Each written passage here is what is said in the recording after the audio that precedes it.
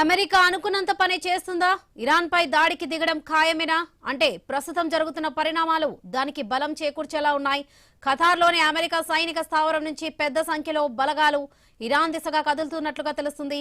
వచ్చే 24 గంటల్లోనే సైనిక చర్యకు ఉపక్రమించాలని అమెరికా అధ్యక్షుడు ట్రంప్ నిర్ణయించినట్లుగా చర్చ జరుగుతుంది. దానికి తగ్గట్టుగానే కార్యకలాపాలు ప్రారంభించినట్లుగా టాక్ వినిపిస్తుంది.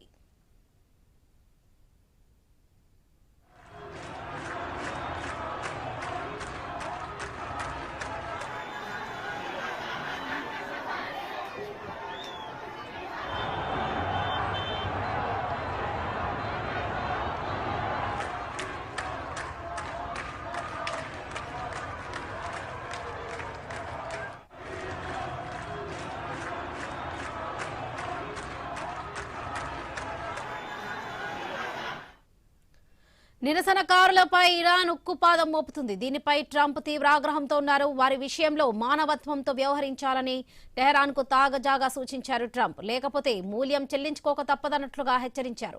ఇరాన్ విషయంలో భవిష్యత్ ప్రణాళికలపై అమెరికా జాతీయ భద్రతా బృందంతో ఆయన విస్తృత స్థాయిలో సంప్రదింపులు జరిపారు.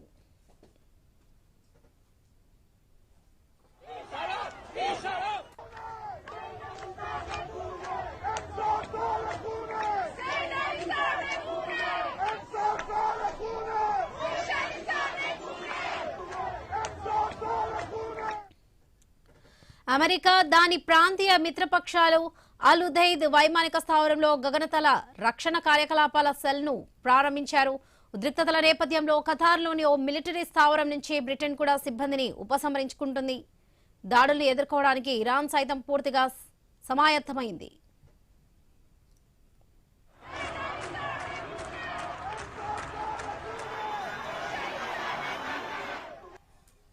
ఇరాన్లో దారుణ పరిస్థితులు నెలకొన్నాయి. ఘర్షణలో ఇప్పటి వరకు దాదాపుగా 2571 మంది మృతి చెందారు.